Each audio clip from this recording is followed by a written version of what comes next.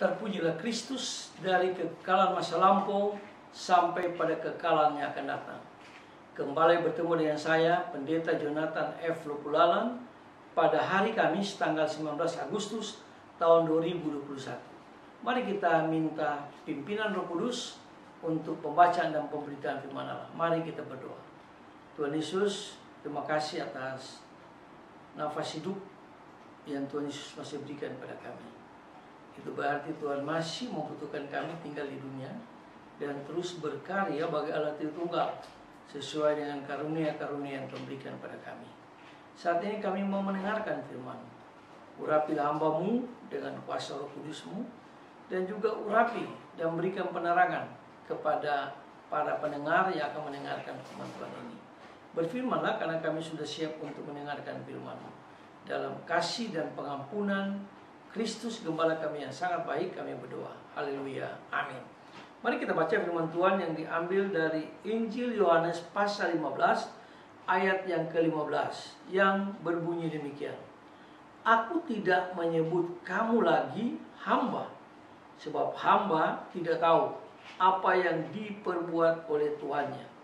Tapi aku menyebut kamu sahabat, karena aku telah memberikan kepada kamu segala sesuatu yang telah kudengar dari Bapakku. Demikianlah firman Allah yang berbahagia kita yang membaca, mendengar, dan melakukan firman Tuhan. Haleluya. Tema kita pada hari ini adalah Yesus sahabat sejati bagi semua orang. Nah, saudara-saudara yang saya kasih dalam Tuhan Kristus, seorang sahabat sejati dapat dikenal pada saat yang penuh ketidakpastian. Kalimat ini ditulis oleh Cicero, menghadirkan sosok sahabat sejati yang ditampilkan Yesus ketika menyembuhkan banyak orang yang ada di dalamnya. Nah, ketidakpastian karena sakit sehingga mereka membutuhkan sahabat yang sejati.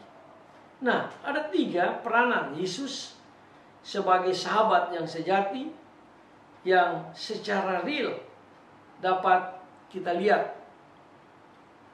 Yang pertama, yaitu Tuhan Yesus dokter segala dokter. Nah, saudara-saudara yang saya kasih dalam Tuhan Kristus, Yesus menjadi seorang dokter ilahi yang menyembuhkan ibu mertua Simon dan banyak orang yang lain yang Yesus sembuhkan. Mengapa? Karena Yesus adalah dokter di atas segala dokter, dan dialah sahabat bagi semua orang yang sakit. Nah, saudara-saudara mungkin yang masih terkapar karena COVID-19 ini, marilah kita datang kepada Kristus, memohon pertolongan Kristus supaya kuasa darahnya dapat menjamah sakit penyakit, khususnya pandemi COVID-19 ini atau virus corona ini. Nah, saudara-saudara yang saya kasih dalam Tuhan Kristus, bukankah tidak ada salib yang besar atau kecil dalam hidup kita yang Tuhan kita tidak turut menanggungnya? Jadi pada waktu Yesus mati di kayu salib, Dia sudah menanggung semua dosa kita, bahkan penyakit kita. Itulah sebabnya marilah kita terus beriman kepada Tuhan Yesus sebagai dokter di atas segala dokter. Tapi kita juga harus menjaga protokol kesehatan yang sudah dicanangkan oleh pemerintah. Nah, saudara-saudara yang saya kasih dalam Tuhan Kristus, yang kedua, Yesus adalah guru segala guru. Nah, Yesus menjadi guru kehidupan bagi banyak orang. Ia keluar masuk ke rumah ibadat, Dia keluar masuk desa dan kota untuk berdoa dan memberikan pengajaran yang benar, memberikan keselamatan dan kesembuhan kepada banyak orang. Juga Dia memberitakan Injil Kerajaan Allah, sebab Dia adalah utusan dari Allah. Dia tidak mau kita menjadi hamba dosa, tapi Dia mau supaya kita menjadi sahabat Allah menjadi sahabat Kristus. Itulah sebabnya Yesus sebagai guru di atas segala guru, dia mengajar yang benar.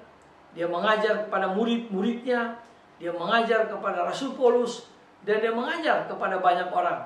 Sehingga banyak orang yang mengenal kebenaran di dalam Tuhan Yesus, lalu mereka juga mengikuti apa yang diajarkan oleh Tuhan Yesus. Yang ketiga, Yesus atau Tuhan Yesus adalah pendoa segala pendoa. Nah, saudara-saudara yang saya kasih dalam Tuhan Kristus, di tengah-tengah kesibukan hidup, karya Yesus, dia terus berkarya bagi banyak orang. Dia terus silih berganti. Dia memberitakan firman Allah. Dia menjadi dokter, dia menjadi guru yang baik. Tapi dia juga menjadi pendoa yang luar biasa. Ia tidak pernah lupa untuk berdoa. Doa ingat, pada waktu dia memulai pelayanan, dia dicobai oleh iblis 40 hari 40 malamnya. Dia berdoa dan puasa. Dan di akhirnya dia memperoleh kemenangan yang luar biasa. Ya, anak kita ingat juga pada waktu Yesus mau disalibkan, dia mengajak murid-muridnya untuk pergi berdoa di Taman Getsemani. Lalu Yesus berdoa semalam-malaman. Lalu dia melihat 3 muridnya tidur nyenyak. Dia balik lagi. Dia berdoa semalam-malaman. Dia lihat lagi murid-muridnya tidur. Lalu ketiga kali dia lihat murid tidur dan dia katakan, memang roh penurut tapi daging lemah. Nah, saudara-saudara sekalian, kalau kita banyak berdoa, maka berkat itu akan datang luar biasa bagi kita.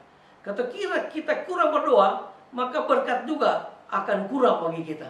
Apalagi kita tidak berdoa.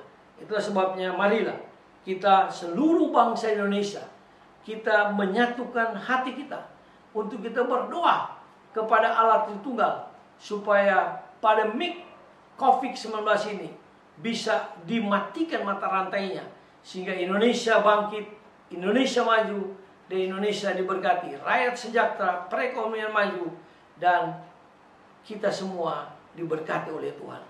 Kita berdoa untuk presiden, supaya presiden terus diberikan kesehatan yang baik dan kekuatan yang luar biasa dari Allah Tritunggal itu.